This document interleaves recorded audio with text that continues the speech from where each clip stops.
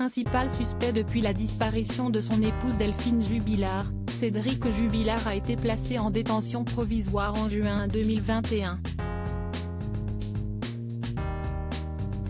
Actuellement incarcéré à la maison d'arrêt de Toulouse-Cesse, il clame son innocence depuis les débuts de cette affaire. Certains propos qu'il a tenus par le passé ne jouent pas en sa faveur, comme le rapporte Le Parisien dans un article paru ce 8 juin. On peut citer cette phrase qu'il a prononcée au cours d'un dîner auquel il était invité par un ancien collègue.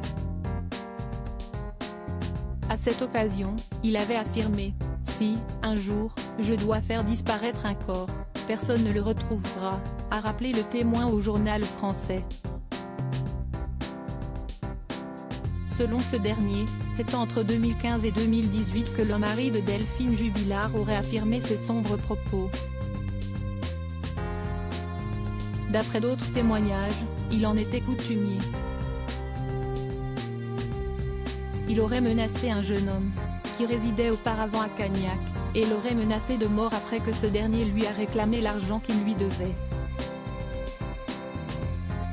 Tu vas finir dans le Tarn, je vais te mettre du fil barbelé autour de toi, le sang attirera les poissons et ils s'occuperont de toi, lui aurait-il déclaré, a rappelé Sud-Ouest, ce 8 juin. Une obsession pour le crime parfait. Selon les informations rapportées par Le Parisien, Cédric Jubilard aurait nourri une véritable obsession pour le crime parfait.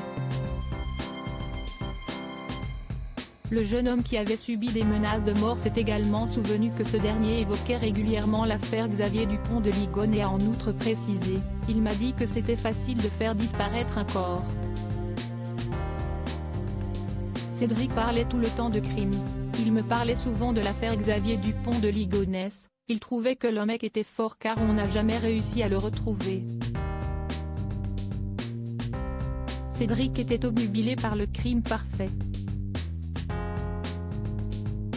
Alors que nous parlions de crime et de violence, il m'a dit « Un jour, tu verras, je passerai à la télé ». L'infirmière Delphine Jubilard a disparu à Cagnac-les-Mines dans la nuit du 15 au 16 décembre 2020. Elle n'a pas été retrouvée depuis. Une enquête est toujours en cours et les recherches se poursuivent, rappelle de nouveau Le Parisien.